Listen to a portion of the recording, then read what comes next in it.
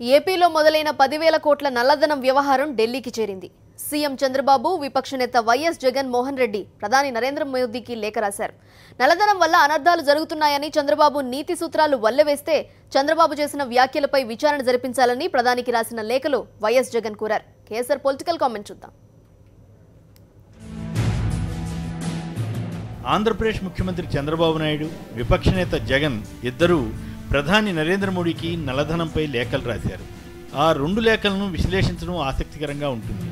సుదీర్ఘ రాజకీయ అనుభవం కలిగిన చంద్రబాబు నాయుడు తాను వెల్లడించిన 10,000 కోట్ల వ్యవహారాన్ని తన లేఖలో ప్రస్తావించినట్లు కనిపించలేదు. కేవలం నల్లధనం వల్ల అనర్థాలు జరుగుతున్నాయంటూ ధర్మపన్నాలను మాత్రమే చంద్రబాబు వివరించారు.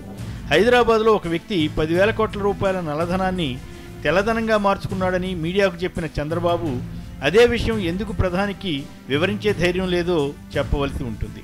500 రూపాయల నోట్లు, 1000 రూపాయల నోట్లు రద్దు చేయాలని మాత్రం కోరారు.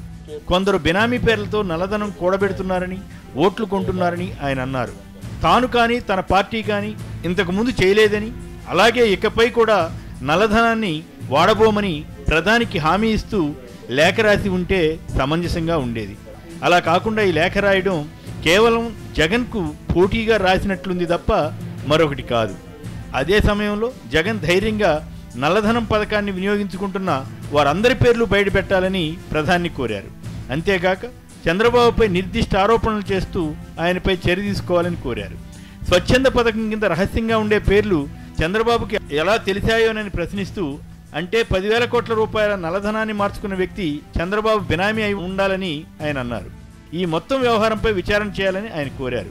పైగా ఓటుకు నోటు కేసులో నల్లడబ్బు గురించి, ఎమ్మెల్యేల కొనుగోలులో చంద్రబాబు వాడిన నల్లధనం గురించి జగన్ నిలదీశారు. నిజానికి చంద్రబాబు 10,000 కోట్ల రూపాయల ఆరోపణ చేసిన రోజున జగన్ స్వయంగా స్పందించలేదు. ఆయన పార్టీ ఇతర నేతలు మాత్రమే మాట్లాడారు. ఇప్పుడు కూడా జగన్ ప్రధానికి ధైర్యంగా లేఖ రాసి చంద్రబాబు డొల్లతనాన్ని బయటపెట్టారు తప్ప తాను ఆ విషయాలు మాట్లాడదలుచుకోలేదు. చంద్రబాబు ప్రభుత్వంలో కుంభకోణాలపై కూడా ఆయన ప్రధానికి ఫిర్యాదు చేశారు. ఇదంతా చంద్రబాబు ఎందుకు కెలుక్కుంటున్నారన్న దానిపై రకరకాల విశ్లేషణలు వస్తున్నాయి.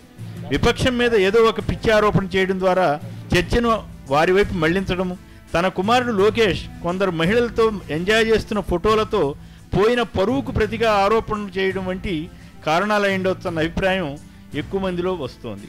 ఈ క్రమంలో అంత అనుభవం కలిగిన చంద్రబాబు అబద్ధం చెప్పడంలో ఏమాత్రం బిడియపడరన్న విషయాన్ని జగన్ మరోసారి రుజువు చేశారు. అలాగే నల్లధనాన్ని మార్చుకున్న వారి అందరి వివరాలు అడగడం ద్వారా తాను తప్పు చేయలేదని జగన్ ప్రజలకు చెప్పగలిగారు. ఏదేమైనా చంద్రబాబు ఇలాంటి బురదతల్లుడు కార్యక్రమాలు భవిష్యత్తులో మరిన్ని చేసే అవకాశం ఉందనుకోవాలి. కనుక ప్రతిపక్షం తస్మాత్ మరింత అప్రమత్తంగా ఉండవలసిన అవసరం ఉందని అర్థమవుతుంది.